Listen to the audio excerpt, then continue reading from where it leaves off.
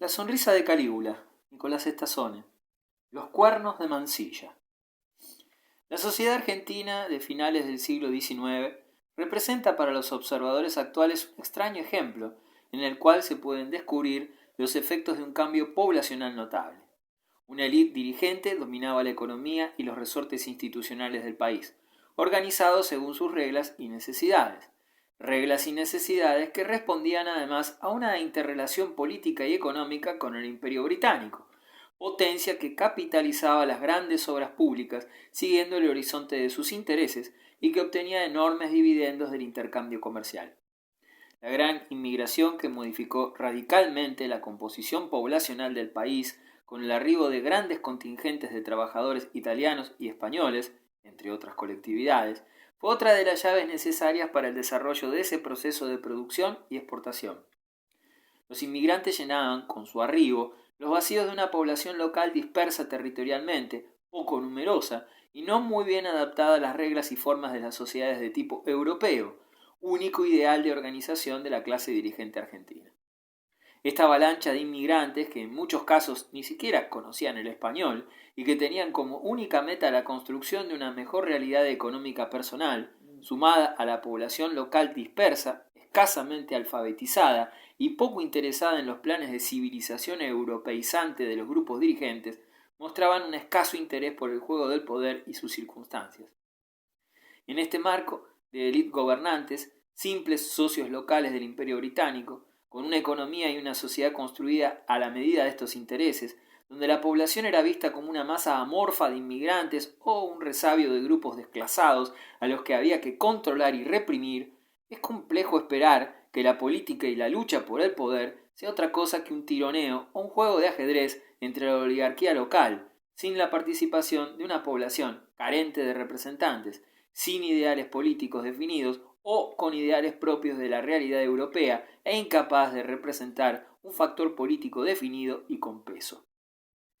La alquimia política que transformó a esta población desinteresada y amorfa en un factor de importancia en el devenir político nacional se inició en 1890, con la revolución del Parque de Artillería de Buenos Aires, levantamiento cívico-militar que dio nacimiento a la Unión Cívica Radical, partido que sería, por muchos años, la voz de esa naciente participación ciudadana y que recién alcanzaría el poder 26 años más tarde. Las décadas finales del siglo XIX muestran, por lo tanto, una clase dirigente encerrada en sí misma. Existían todas las estructuras clásicas de las repúblicas modernas: una constitución, un gobierno centralizado, gobiernos provinciales, legislaturas, un Senado nacional y una Cámara de Diputados, pero, como en una casa recién construida y aún deshabitada, sin que todas estas instituciones tuvieran una vida real, producto del libre juego de los partidos políticos. Existía, a pesar de las condiciones antes descritas, una clase media local, débil aún en el plano de lo económico y asimismo desorganizada políticamente, pero que mostraba su deseo de participación en los asuntos del Estado a través del consumo de una variedad de publicaciones de carácter social y político.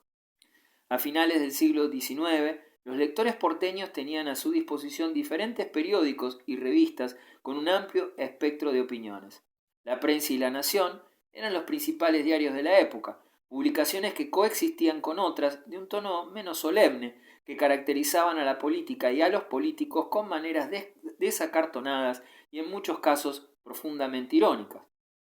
El Mosquito y el Quijote son, en la época, los referentes indiscutidos de esta manera irreverente de tomar la realidad. Los encargados de ambas publicaciones explotaban todas las vetas posibles para ridiculizar a la élite dirigente, destacándose por sus magníficas caricaturas.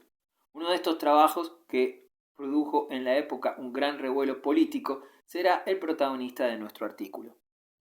En 1887, uno de los principales dibujantes de la revista El Quijote, Eduardo Sojo, que firmaba sus trabajos como Demócrito, elaboró una caricatura por demás contundente. El presidente de la Nación, por entonces Miguel Juárez Celman, protagonizaba el dibujo como el implacable conductor de una prensa con la que exprimía la cabeza de una dama tocada con un gorro frigio que representaba a la República y que lanzaba chorros de monedas de oro por la boca. Acompañaban al presidente todos sus ministros y entorno, caricaturizados como carneros, los legisladores oficialistas más conocidos. Todos los carneros ostentaban sus cuernos, atributos que los singularizaban de las hembras de la especie, que no los poseen. No se sabe si por malevolencia o simple olvido, Sojo no colocó los respectivos cuernos al carnero que representaba el legislador Lucio Mansilla.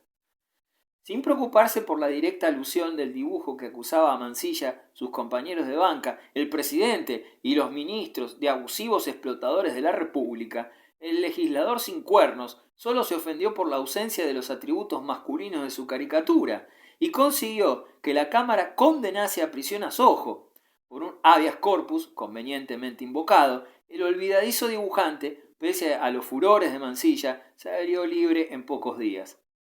Es interesante destacar de esta anécdota cómo, en un periodo en el que las libertades cívicas y políticas se veían ahogadas por un bien aceitado sistema en el que una oligarquía que se repartía alegremente los cargos públicos sin que las masas tuvieran la menor opinión en dichos manejos, y en el que la organización política de los partidos de nuestro país aún estaba en pañales, una clase media minoritaria era el campo propicio para la existencia de una prensa mordaz que irrumpía en la liza política, conformando no una fuerza capaz de competir por el poder o de organizar partidos, pero sí una opinión pública que ayudaba a construir en la ciudadanía el necesario interés que derivaría en la posterior participación política, no sólo de las clases medias, sino también de un proletariado ya afincado en el país y deseoso de hacerse oír.